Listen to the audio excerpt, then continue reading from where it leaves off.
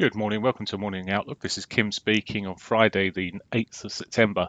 Looking at the euro dollar first then, and well, yesterday saw quite a shift to the upside. Started in the morning, went through and followed through after Draghi had spoke really. As you can see, we're just pushing up this morning into even newer highs. We've now broken last month's high there from the 29th, almost into the monthly R1, just short on here. Now, from where to from here? Well, it was quite a steep old move up there, and last time we had a bit of a steep move. You see a little bit of a retrace consolidation, another push, and then it sort of rolls a little bit. Whether this will roll, we'll see. In terms of what will happen here, it's certainly got the potential to roll over a little bit. It's certainly overbought on some time frames, but any retracement may just be an opportunity to get long. It's certainly not clear at this stage. One thing is clear is that the daily pivot's well below us there, but it's over 70 pips, 80 pips away from where we are, and it's already hit the R1. Probability that being hit today is lowish unless something was to really start turning, which means we could see just a time of consolidation, or maybe even consolidation and a push up. But we'll see. It's there are sort of signs on some time frames of maybe it's not on the 4-hourly divergence there, but certainly the shove between yesterday's sort of move when it did diverge, it pulled back, corrected, but then just went in a direction it was already moving that during the day. So that's, as I say, now pushing up there. It looks well, it's marginal divergence at the highs there. Anyway, we'll have to see how we play that, but there's a possibility it will ride back towards the 21s at least, 60 21s, but we just need to watch this morning's price action. Looking at the pound, well, the pound did make further ground yesterday against the dollar and has pushed up again today. I put this regression channel on someone, one of our roomies, pointed it out to me. It put it on and it was looking quite good, and sure enough, it's looking pretty good in terms of the potential for a move back towards the original trend that was sort of running through. So there again, there may be opportunities on the sort of longer side. I will look to do that on the euro at some point, but at the moment, just done it on the pound. But it's getting a bit pitchy on the weeklies here, almost into the R3, the pound, and there is certainly a bit of divergence on that 4-hourlies on the RSI. It's not so much on the hourlies, and again, there's quite a move back towards the daily pivot, although there's a possibility that we'll see a move back. It's just see if I can get a measure on that to where we are. Yep, got a measuring stick there.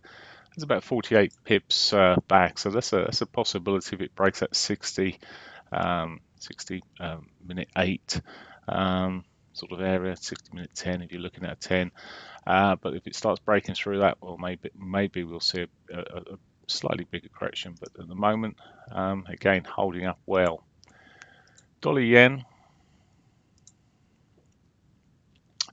again, continuing in this sort of bigger move. I need to come out to the weeklies to show you how significant this is, because it's broken properly now the prior lows there that were sitting from April 2017. We're now sort of pushing back down to coming down to the 107 area, some sort of significant levels, but there's nothing too obvious from this sort of time frame in terms of where the next support is, and I probably had to do a bit of measuring and have a look at that, but certainly it does look weak, and even from a monthly perspective, we're almost down to the S2, may give us a bit of support off these monthly pivots when we get there, but at the moment, the sell side certainly looks better, and it's really a case of, even though the daily pivot's above us again, there's certainly dollar weakness, and it's not helped by the hurricane, etc. So at the moment, I think it's a case of trade with the trends wherever possible. Aussie dollar.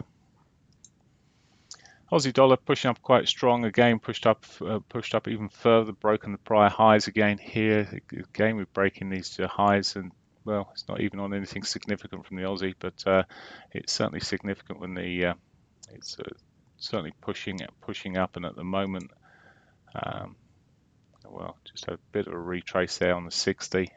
Again, daily pivot well below, but it just may not. I mean, this is right up into R2 territory, almost up to R3. Decent retraces maybe back to 21 may give opportunities to be buying, but again, we'll see how it goes. I mean, there may be opportunities on the break from the 8 to the 21 as a short, but need to tread cautiously. And finally, the Canadian dollar. Another one. Again, dollar weakness all the way through these markets. Now there may be a time it pitches round. There's very little in the way of news today, which may help that, I should say, anyway. So the Canadian dollar could be on target for running down to its monthly S3. It's not far from it now. Had quite a good move down, obviously, with the news. It is out with the surprise interest rate increase on Wednesday. It certainly did give us the kicker downwards there, and well, it just looks like it could be continuing. We'll see. There's a bit of marginal divergence maybe on this hourlies. It's arguable. Could be coming back towards the daily pivot at some point, but well, 92 still a long old way away, 70 pips there. So I think it's a big ask, and maybe some of these will get back to their 21s, but not the daily pivots. But unless something comes out very strong from the US. So that's it for me. Data-wise today, well, we have got the Reserve Bank of Australia, Governor Lowe speaking at 9:30. And then we've got UK manufacturing production. That can give quite a nice mover for the pound at times.